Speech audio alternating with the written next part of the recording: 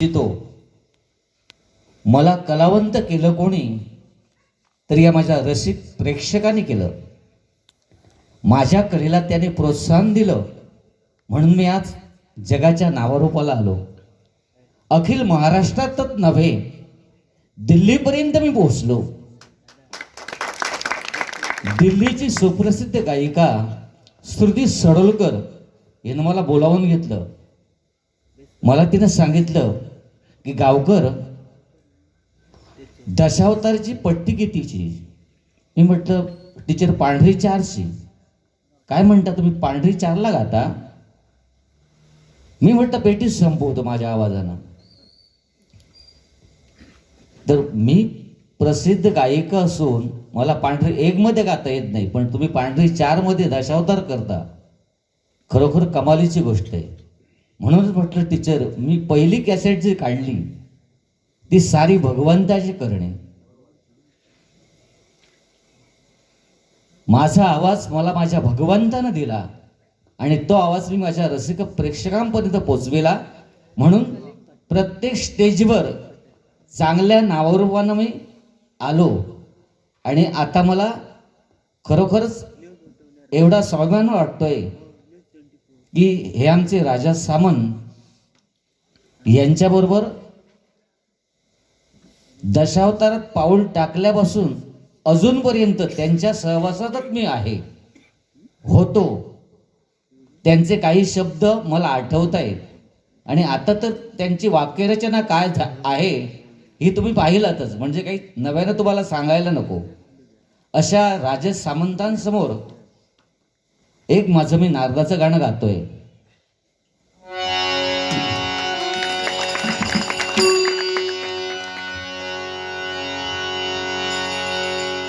भस्म उठी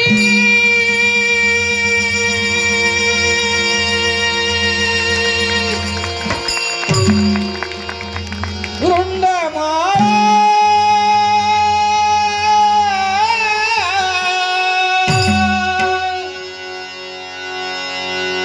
भस्म उठी रुंड माळा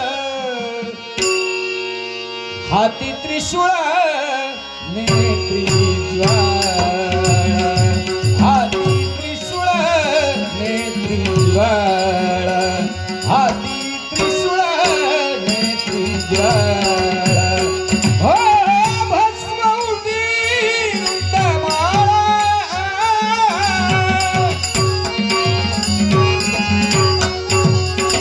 भस्म उठी रुंड माळा हाती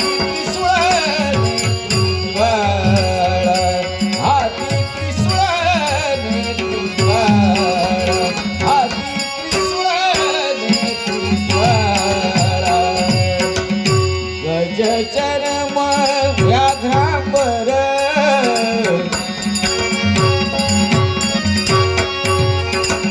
गज चरम गज चरम गज चरम व्याघ्रांबर कंठी शोभे वासुकीचा हार कंठी शोभे वासुकीचा हार शोभे वासुकीचा हार शोभे वासुकीचा हार भस्म उठी रुंड माळा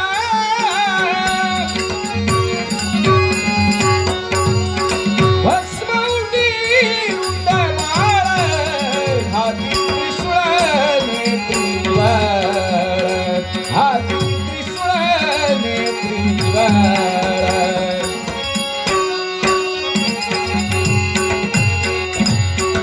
भूते वेताळ नाचती भूते वेताळ नाचती हर्षयुक्त उमापती